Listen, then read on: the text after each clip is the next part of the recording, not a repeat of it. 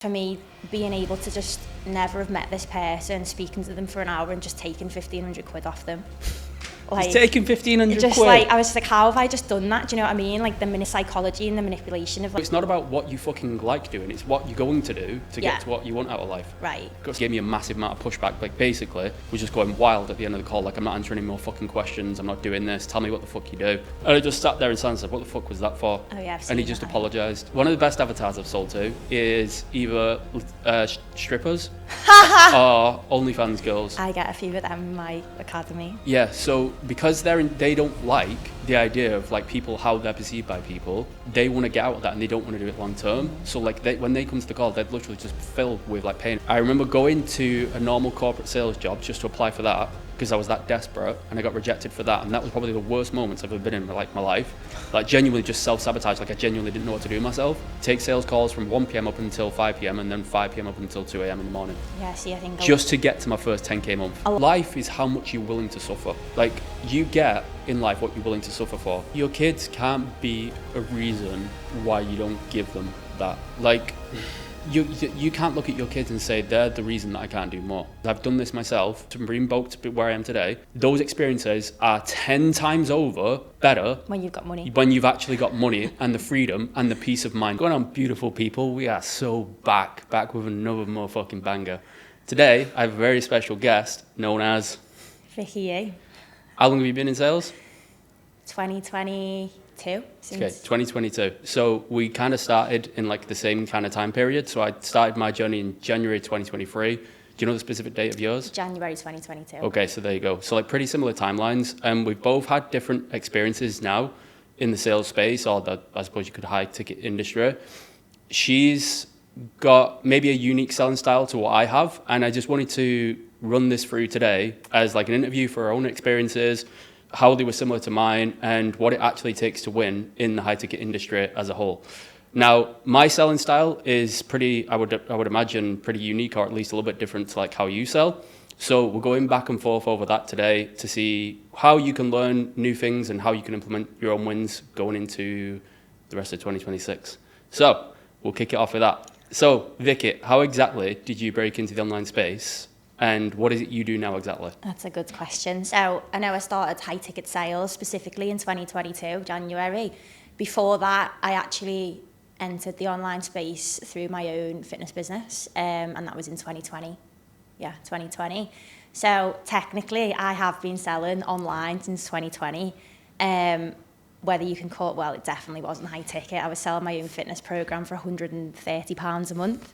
But that was, as I say, my first experience of selling, my first experience of DM setting. I didn't know it was called that. I didn't know I was taking sales calls. For me, it was like I was messaging people on Instagram, trying to get them to book a call to sign up to my fitness program.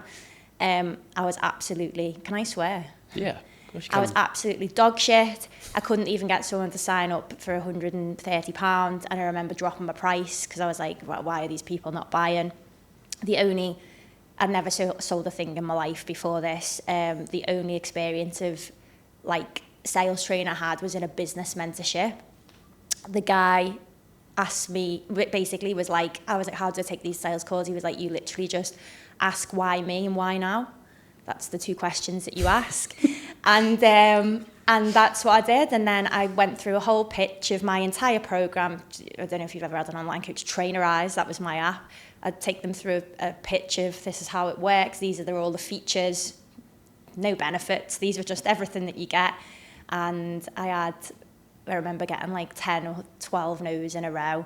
And I was like, right, thinking of shutting the business down, going back to work in my corporate job. So I'd done that for 2 years. In the end, something did click. Obviously started signing. It was very easy back in the day. You just post a transformation and everyone would sign up. So it did end up in the end getting a bit of traction, but that was my exposure into the online, first exposure into the online world, posting content, how to do content, learning skills, the basic skills of an online business. So yeah, from there, I invested in another business mentorship to grow my fitness business mentorship.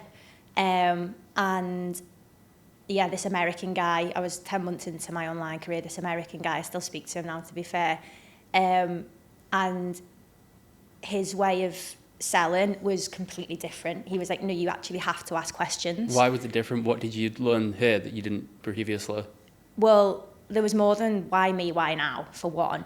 And that was the first time I ever seen like a discovery or expose yourself to like a sales process. Yeah, a proper sales process. And he was like, but some of his clients, obviously he was American, he was a man, some of his clients were doing like 100 grand a month in fitness, and I was there doing 8.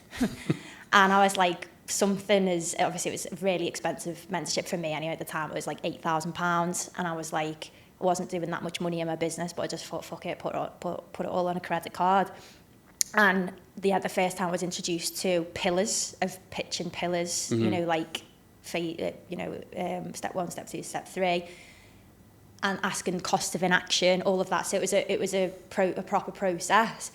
And I started selling my program then for like £400 a month. You know, even still, it's not high ticket, is it really? Like, I was buzzing, I couldn't believe it, that someone would pay me £1,500 to sign up to a fitness program. So I did that for a few months, and I was obviously like, that was the first time there was a sales coach. Basically, it was his brother. There was a sales coach, and he was like, submit your calls to be reviewed. I'd never had a call reviewed in my life.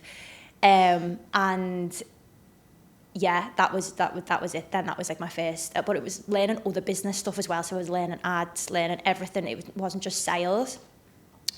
So yeah, I'd done that. And then this guy, basically my fitness coach, his fitness business was like exploding. And he decided basically to start a business mentorship from Manchester as well, actually, a Scouse and a Manc. So he was like, do you want to take sales calls for me and I'll give you a commission? And I was like, okay, yeah, like, why not? That was the first time I started enjoying sales as well. I was like, this is actually fun. Like, which part of it? The whole business. No, which part of sales become fun then? Well, the whole business, content, managing a team, sales was my favourite thing. I was like, this is like a game. What was fun about it was just like, for me, being able to just never have met this person, speaking to them for an hour and just taking 1,500 quid off them. Like, just taking 1,500 just quid? Like, I was like, how have I just done that? Do you know what I mean? Like the psychology and the manipulation of like the words and manipulation? Stuff. Well, you know what I mean? You get us in a sticky one here. Well, yeah. Because it's like the transformation of actually seeing live and direct that you've actively just changed someone's mentality and life to the point where they've made a decision that's going to benefit them. Well, yeah, obviously that as well. But like, I knew I could help that person. Like, I was so obsessed with, I got really good results as well, and I changed a lot of lives in fitness. So yeah, that as well, of course. And then that for me, the sales call is the first part of the transformation. So when they made that decision, then obviously it was up to them to, you know, do the work and stuff. But I knew my services were like really, really good. Everything that I provided them, and knew, you know, I got some really, really good results to change a lot of lives with my fitness business. So what was fun about it, it was just a buzz. I got that. It's an addiction, isn't it? When you get a sale, commission. It's an addiction. And like, when I didn't get a sale, one thing that I didn't know how to do back at the time was control my emotions, because it was my business. So it was different to being a little bit different to being a closer. I was emotionally attached. So I didn't, and it was like, I felt like it was a reflection on me. I was like, what? Like, I was pissed off at myself because I couldn't help that person, because I knew my services were so good. This guy then messaged me and was like, do you want to take sales calls for me? He was selling a fitness business mentorship. I believed in his offer because he was my fitness coach, but he helped me with business as well. So he would like ring me. We'd meant to be having a check-in, and he'd ring me and be like, how's business going? And then we'd talk about business for an hour instead. So, and he also then invested in this same coach, and he knew that I had the same sales style. Like, he'd invested in this American coach to grow his business. And he was like, there was loads of Americans in there. I was, I think, one of the only girls, and one of the only girls from the UK. So it just made sense for him to hire me because we had the same sales style. So he was like, I'll give you a commission. And I didn't even know my job was a high ticket closer. I didn't know it was called high ticket closer. And I just seen it as like helping my coach out, taking some sales calls for him.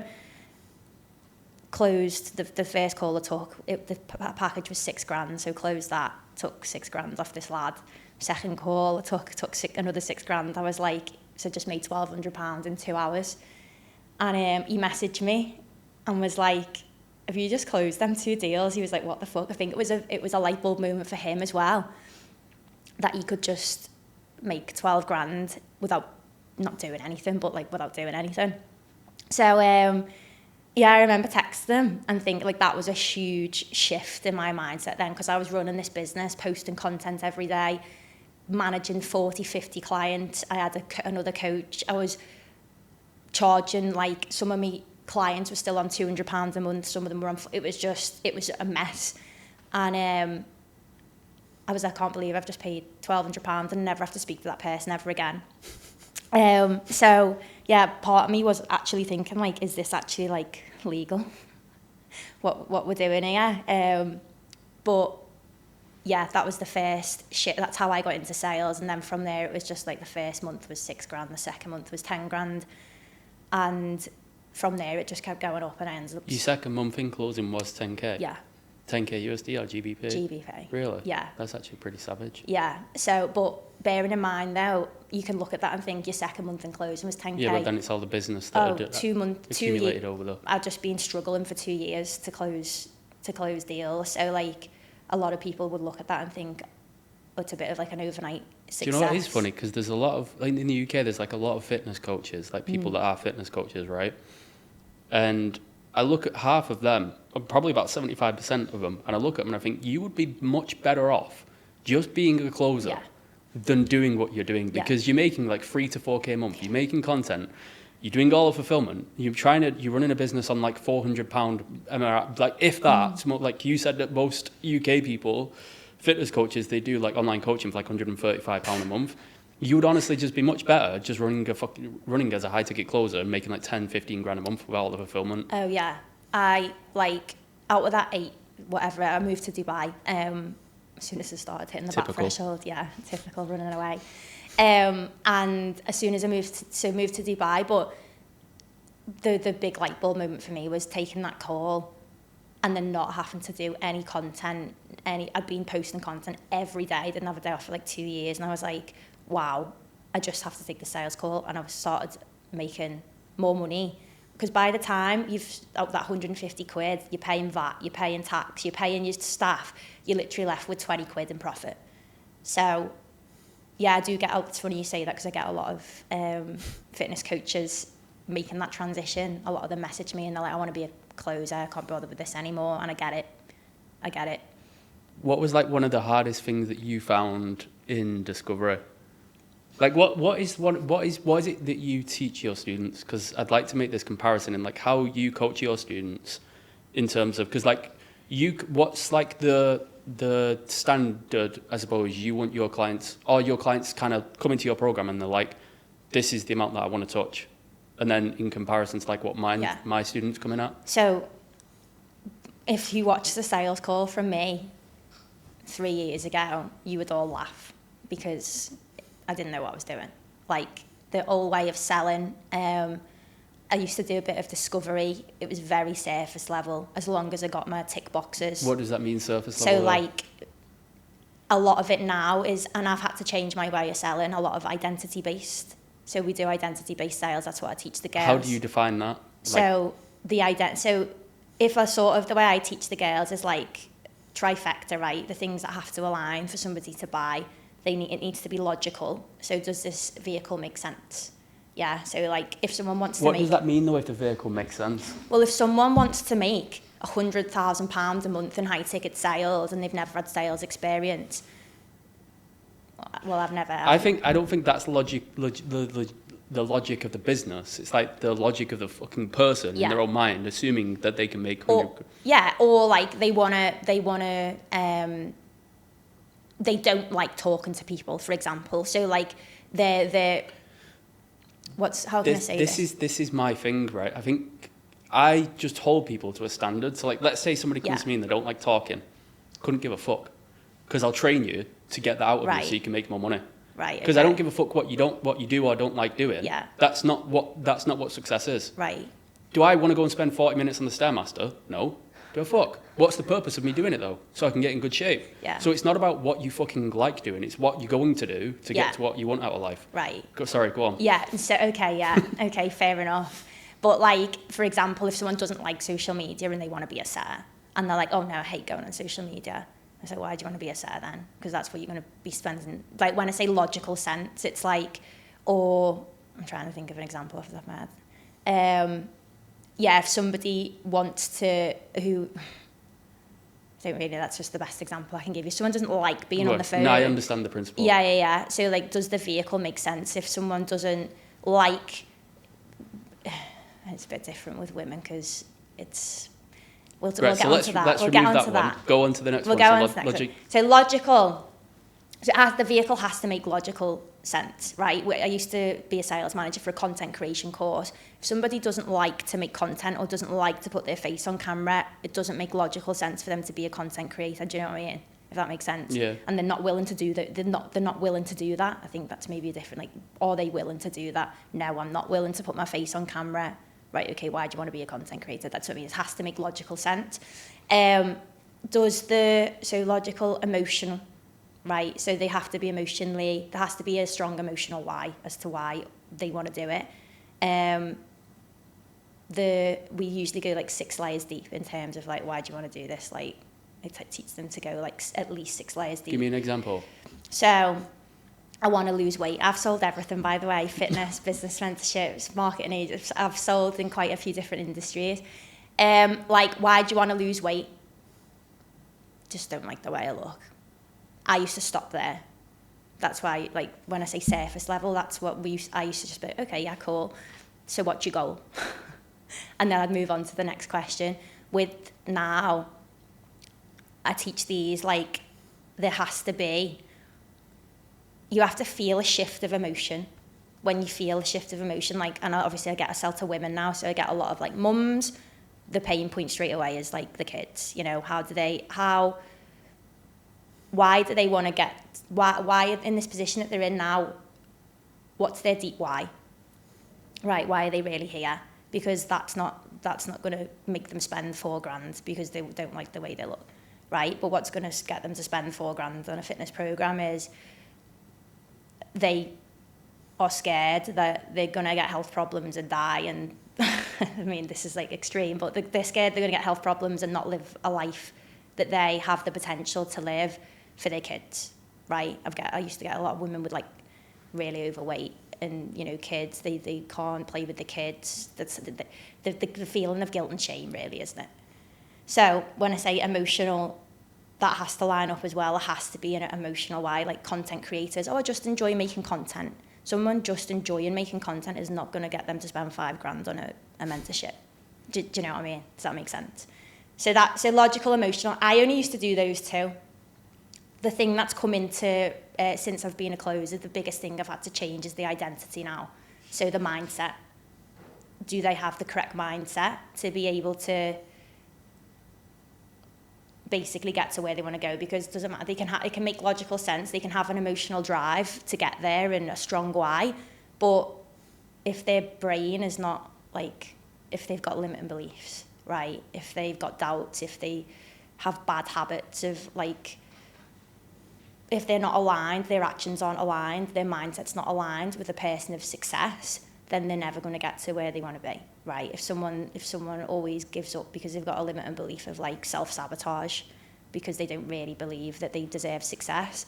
So yeah, things like that, like, or they, you know, they've, like that girl we were talking about the other day, and you were like, she's not ready for remote sales. Yep. Yeah, you know, they've invested and they're like, oh, they think everything's a scam. Well, if they believe everything's a scam, if they come into my program, the first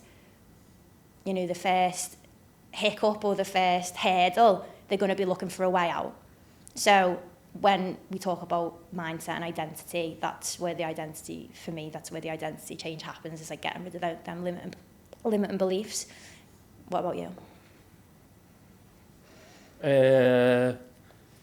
Mine's hard to go through, because I'll look for certain, like, I'll listen for certain languages, or I'll listen for like language in the conversation. I'll listen to certain beliefs that will surface in the conversation, But let's just take let's just take a mum for example, okay? So that mum has like a specific identity of who she perceives herself as, especially as a mum.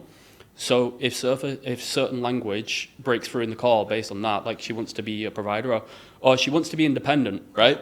So what do you think independence, what is independence? You as a woman now, what does independence actually mean to you? Are you asking me that? Or, Yeah, you personally. For me personally, is like not relying on anybody. Okay, cool. So if a woman in a conversation wants to be independent, I want more independence, okay, define what that means to you. Do you know why I would do that? Because she's going to list certain characteristics that an independent woman would have. Okay, so when it comes to the end of objection handling, I would hold her to the standard of that identity. Yeah. Let's say she gives me a partner objection, but this is the part where your independence has to come first, right? Yeah. Who is it that you want to be in this moment? Yeah. That's how I label certain identities to get people to act in accordance with who they actually want to be or who they perceive themselves as. Okay, men are fucking, honestly, I just eliminate men throughout a full call. At any given point, if they, especially entrepreneur, if they mention they want to be an entrepreneur throughout the call, I will literally nail an entrepreneurial actions throughout the full call. I'll make sure that's sequenced throughout the full call so they start aligning with that. And that there's like there's like a cognitive dissonance where it becomes almost impossible for them to give me an objection based on how much I've nailed like the entrepreneurial actions and mindset, if that makes sense. Yeah. Provider, leader, whatever, I will just label them and make sure they become congruent with that sort of behavior toward the end of the call. Yeah. And another thing as well, you mentioned like limiting beliefs, because most people look at limiting beliefs as like you said, self-sabotage, fear, doubt, procrastination. That's, people see that, but that's like lower level people. But what they don't see is a limiting belief is also an ego. So for higher level people, this is what most people miss. Like even something as small as, hey, I don't want to let control, I'm running all my business, I'm doing it all myself. That is an ego because they can't let go of control of the business. Yeah. Like there was probably maybe a place in your business where you wanted to control everything and give it to no one, right? Yeah. People don't hear that sort of language in B2B or on high level prospects, which they don't see that as actually a limiting belief. Because if I have that, that's it. Oh yeah, 100%. I've done a lot of mindset work myself, NLP myself. So yeah, like fear of letting go of control. Yeah, the higher level people is like, I get fear of success. What happens if you actually do go all in and commit? You know, I'm obviously I sell to women, so it's like I'm worried that people will judge me differently if I do go all in. They're not scared of failure. They're scared like those higher level beliefs. You know, fear of losing it all of those sorts of ones. I don't really sell to men anymore. Would you say there's like a difference between the way you sell to men and sell to women? Me? Yeah. How? How so? Men just find it really hard to combat me. Even though I'm very direct and very on point, like I don't get away with any nonsense, like I will just speak to them how exactly they need to be spoken to. They find it very difficult to like push back. I don't know if you've ever seen one of my calls, maybe there was an individual where he gave me like a massive amount of pushback. I'm not going to say his name, but like he gave me a massive amount of pushback. Like basically, was just going wild at the end of the call. Like I'm not answering any more fucking questions. I'm not doing this. Tell me what the fuck you do. And I just sat there and said, what the fuck was that for? Oh yeah, I've seen and he just apologized. So it's like, that's how I can stand my ground with certain men. With women, tell you one avatar I do struggle with, right? Middle-aged white women that are in corporate. Middle-aged white women that are in corporate, I really fucking struggle with those. Because it's like they've got a stick up their ass and they're just really hard to get around. Yeah. I struggle with them as well. Okay. Yeah. It might just be them in particular. But anyway, with women, I'll tell you one of the best avatars that I've sold to. I don't know if I want this in Ray Pradral, but one of the best avatars I've sold to is either strippers or OnlyFans girls. I get a few of them in my academy. Yeah, so because they don't like the idea of like people, how they're perceived by people, they want to get out of that and they don't want to do it long term. So like when they come to the call, they're literally just filled with like pain and they just want to change. So them easily. With women, I suppose it's just a little bit more empathy as opposed to like just directness and just making them feel good about the actual decision itself. Yeah. Because men just need to be held to a fucking higher standard. With women, you need to be a little bit more empathetic and get around certain things. Yeah. But you can't cuddle them too much. That's what I learned as well, because if you cuddle them too much, you're making them feel better and safe about the situation when the change still needs to happen. Yeah. So it's kind of like a mix between both. Yeah. Yeah. No. Have you sold to men? I've sold to men. Do you prefer men or whole- women, selling to men or women? I mean, can I answer that? Because I've run a sales academy selling to women. Men, for me, and I think like personality types, I teach the girls this inside the academy. Some girls are just better at selling to men. They're a lot more, I'd say they are a lot more egotistical. It's very easy for me, I found it very easy to sell to men. They don't really go that deep though. Men, I've noticed, they don't. To you? To me. I don't think they would to a woman though. Yeah. Because it's quite vulnerable to be like, Yeah. to expose themselves to a woman. Yeah. Is that what it is? I think so. I could imagine so. So they don't they're just like, they'll just give you one word answers a lot of the time. But then, Let me ask, because this is good, by the way. When you get those one-word answers, what goes through your mind? so when I was on, when I was closing, the last offer I was on was selling how to build a marketing agency. So it was like 95% men. What goes through my mind, I'm just like, wow, you've just got the biggest fucking ego. But like, Do you show any resistance in yourself? yeah, especially. How so? So like, I've had to do a lot of work on this as well. When a man comes to a call and a lot of the time they do try and like bulldoze me. They're like, who's this? Obviously I look quite young as well. Until I do start speaking, obviously know what I'm talking about, but I'd get like middle-aged men myself. I remember this guy, he was like from South Africa and he was definitely he must have been 50 plus. And he was like, just tell me what you do. And like, I could feel myself getting wound up. You've got to stay so calm. Then my worst avatar is like that like man who just has got no respect for me, because obviously he's like, where's Jordan? Jordan, shout out to Jordan, who I used to close for. He'd be like, where's Jordan? And who are you? And I was like, all right, I'm like, even just that question, I'm just like,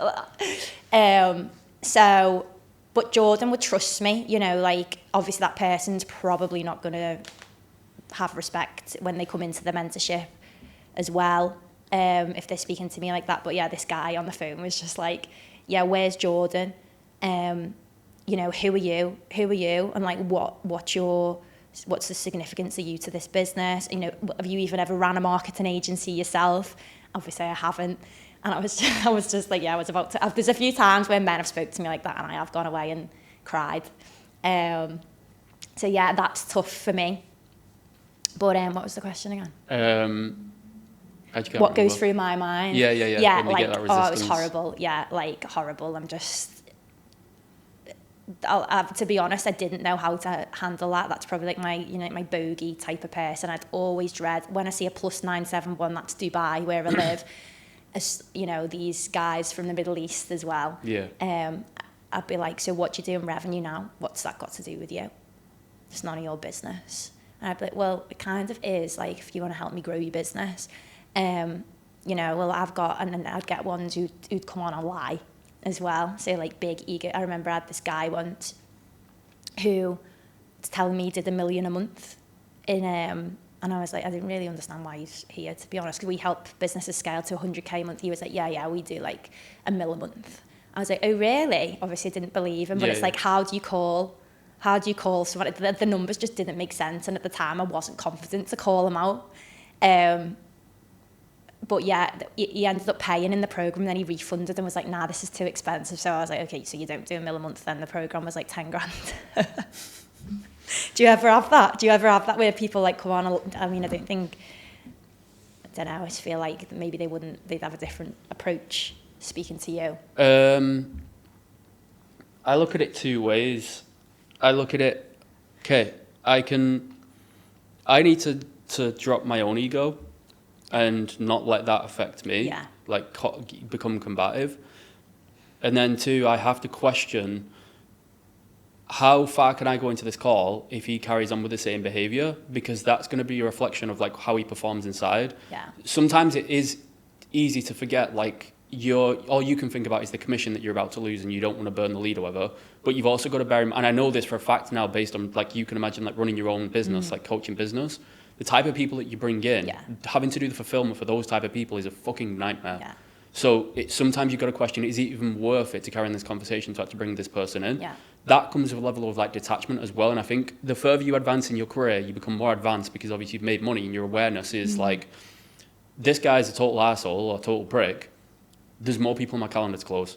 Yeah. So it's like the best thing you can do for yourself is not take him away from the call, but just be so detached that you can have the right conversation with him. And if it works and he closes, fine. If it doesn't, then fine, throw him away as well.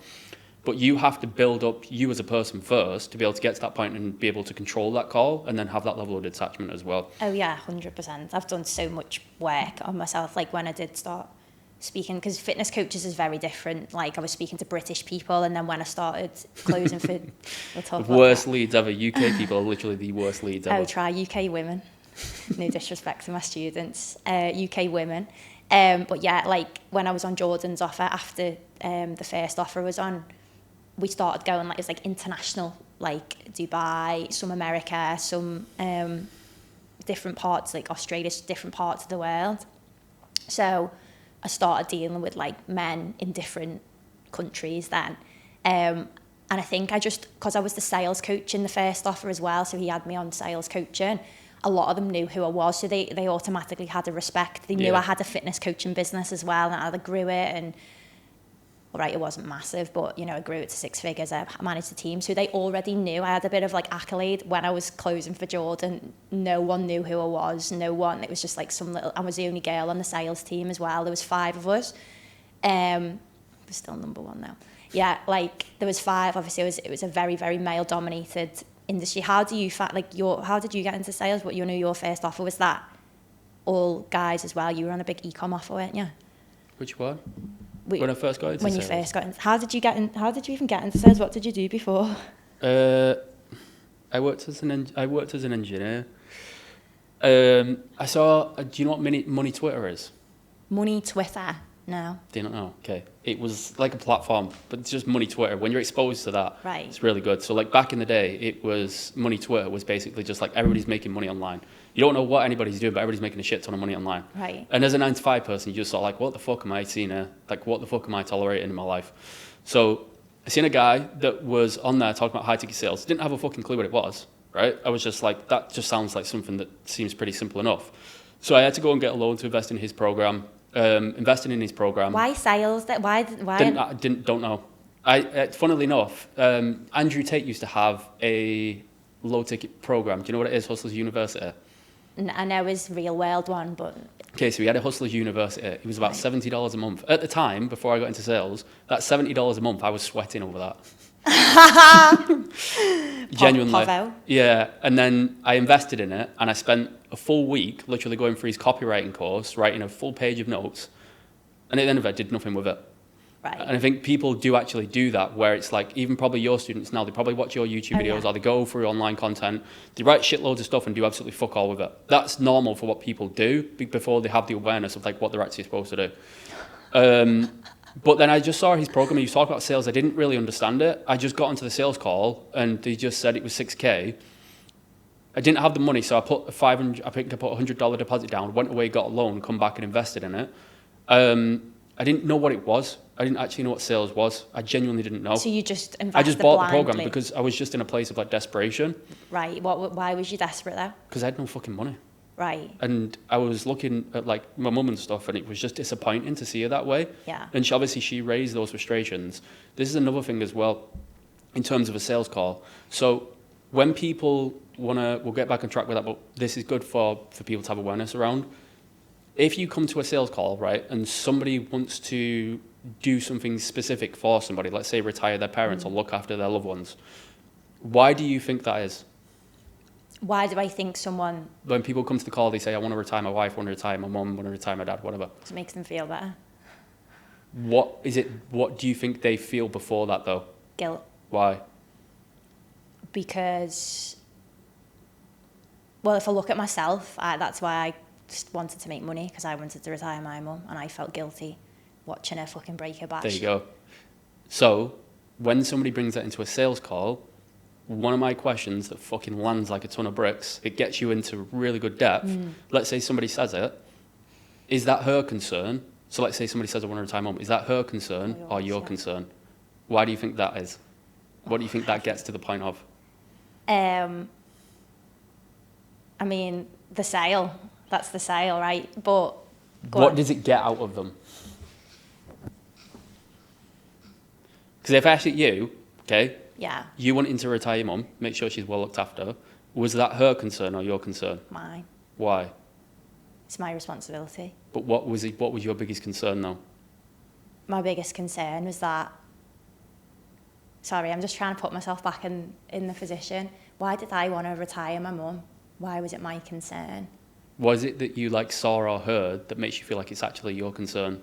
Just her getting old and like, That isn't anything new to you though at the time, was it? fucking hell, I feel like I'm on a sales call here. Right, wait. It wasn't anything new to me at the time. Yeah, but her getting older, that's not anything that would strike you as something new, would it be? Because it's like she's always been getting older. So it's like what had to change for you to look at something and be like, damn, this has gotten worse. Or it's not exactly how I want it to be. Well, yeah, in mortgage payments going up and she couldn't Okay. afford them. Did you see that happen or did she raise it as a concern? She raised it as a concern, and also she works 12-hour. She was doing overnight shifts as a nurse in a hospital. For how long? A few years. How come it took a few years for you to finally see it and then decide to actually do something about it?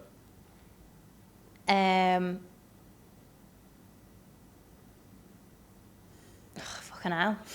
I'm being on one of these. But, sales right, calls let's for a just while. leave it there, right? That's how deep Yeah. I can get to, how specifics I can get to, Yeah. to create that sort of emotion and that sort of thinking. Because you want somebody to think differently on a sales call. You want them to come to a call and think differently than they have previously. Yeah. Because if they can think differently, you'll get them to change as well. So, like, that's the kind of weight that I want you to create in, like, an emotion, the kind of weight I want you to create in a sales call. Because Yeah. that's where change will happen. I don't know how we got into that topic, but yeah, because of my own mum, right? I wanted to be able to make sure she was well looked after, and that's exactly what I do now.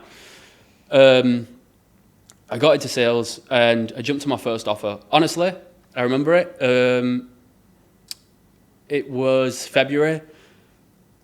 My first ever offer. Oh no, it wasn't. So I've been in sales for a month so far, and then it was leading into February 2023. I hadn't gotten an offer yet. It was coming up to my birthday on the 25th.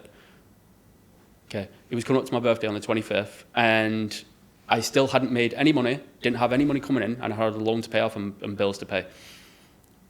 I remember going to a normal corporate sales job just to apply for that because I was that desperate, and I got rejected for that, and that was probably the worst moments I've ever been in my life. Like, genuinely just self-sabotage, like I genuinely didn't know what to do with myself. And I just said, it's my birthday coming up, I'm going to make sure that I got an offer. Got on the fucking offer and printed like 5k in commissions in my first month.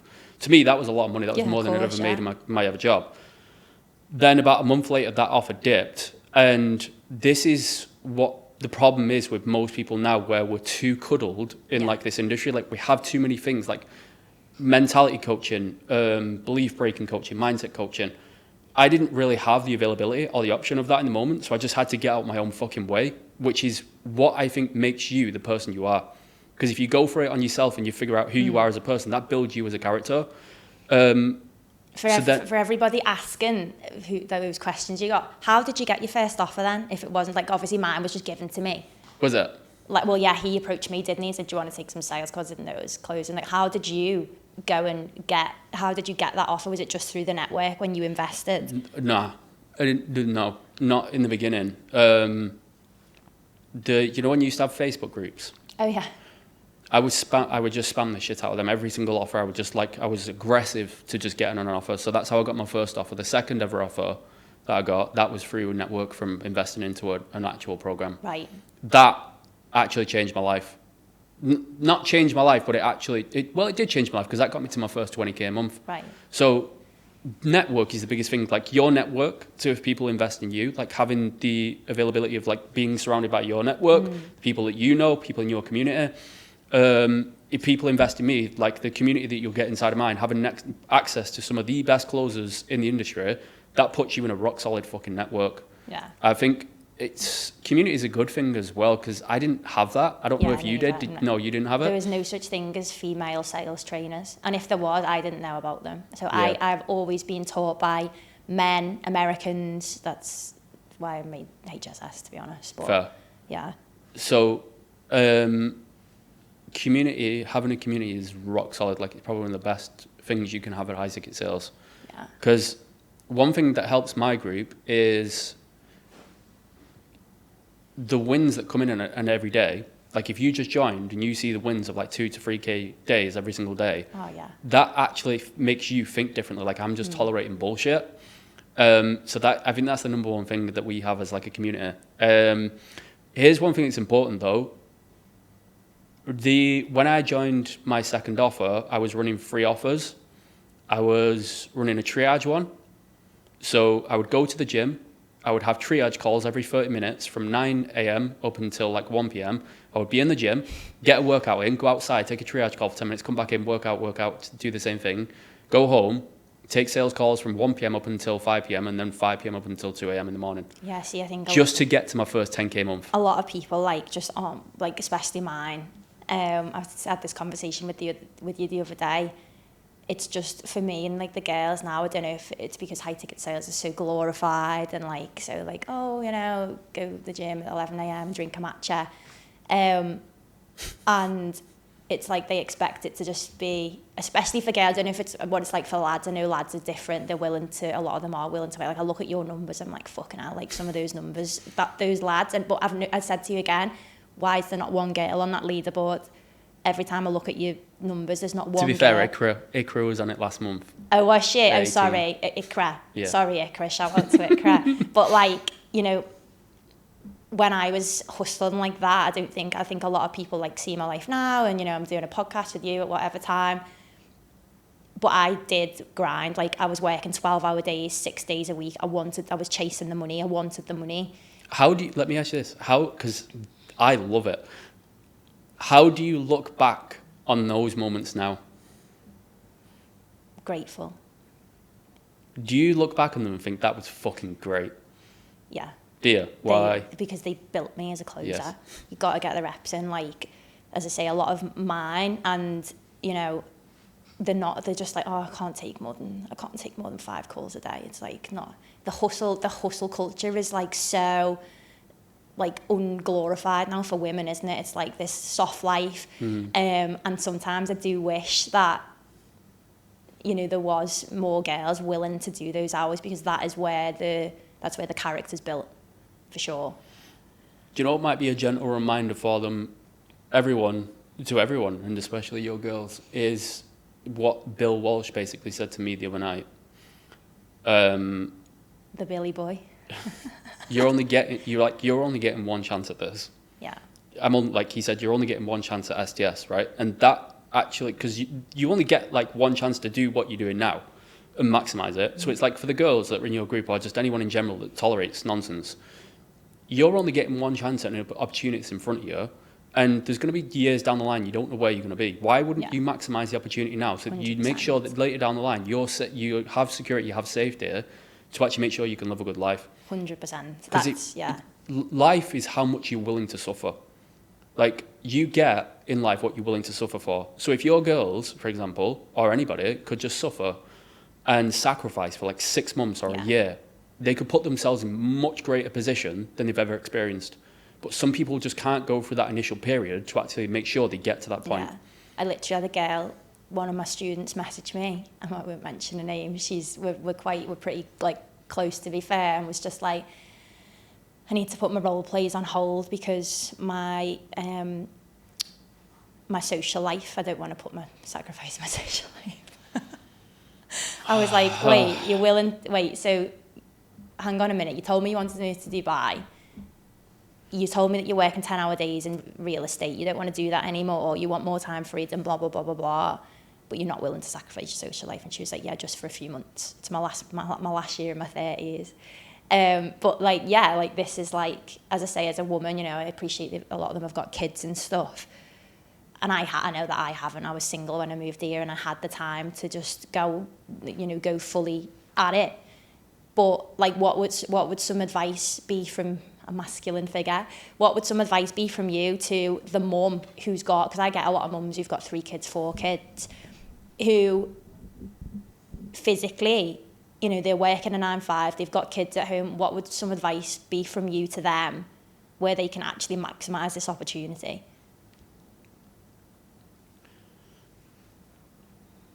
Your kids can't be a reason why you don't give them that.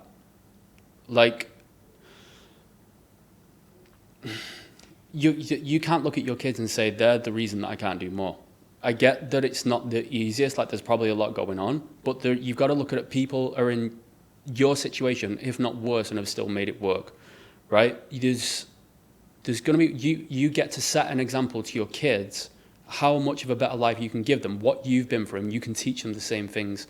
So you are setting a prime example of what it's actually like to be a good quality person, to be an entrepreneur, to live better and do something that your family has never done before. You actually get an opportunity to set an example. So you've got to look at it that way, not focus on the things, not focus on the negative side of things. Hey, I've only got this amount of time, I can't do it. Look at the positive of, I get to set this example for my kids and show them that there is a better way, teach them there is a better way, so that in the future, they're going to become the best version of them. If they can look at it that way, they change the worldview around it, then they actually get to the opportunity to do more. Yeah, and there's like going to be, in 10 years, when your kids are growing up, it's going to be 2 conversations, isn't it? It's like, do you know what? I didn't do this because of you. Or, I did do this because of you. There you go. What conversation do you want? People have FOMO, right? So for this individual that said she wants to focus on her social life, it's so easy to get FOMO and feel like you're missing out on experiences, right? If you can just limit your availability and say no for a couple of months, you work on yourself, you'll learn that you actually don't miss those experiences as much as you like, because you're in love with the person that you've grown into and the life that you've built.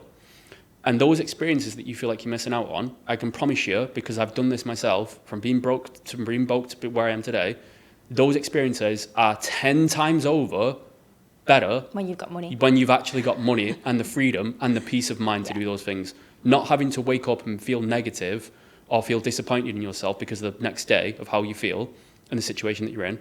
Those experiences are 10 times better just because of what you've done and who you've actually become out with the better of it. Yeah, I love that. That's so true, actually, yeah, because thinking back to the journey that I went on, I sacrificed weekends for years. Didn't work, like when I was doing my PT, I was working all of the hours, and if I didn't do that, would I be where I am now? No. So the sacrifice is 100%. It's always. And look at the difference in your life now. Like, do you ever even remember those weekends? Go in the fucking pub in Liverpool, getting on it with all like losers. No. Right. And how much better is your life now? A million times. There you go. So stop tolerating shit. Wake up, because you only get one opportunity in life. We're about to wrap this motherfucker up. It's been an absolutely savage session. I appreciate your time. Appreciate you jumping on. Have you got anything to say to anybody out there that's listening that needs to get out their own way? Set the standards. That was class. Right, we're out. See you later, gangsters.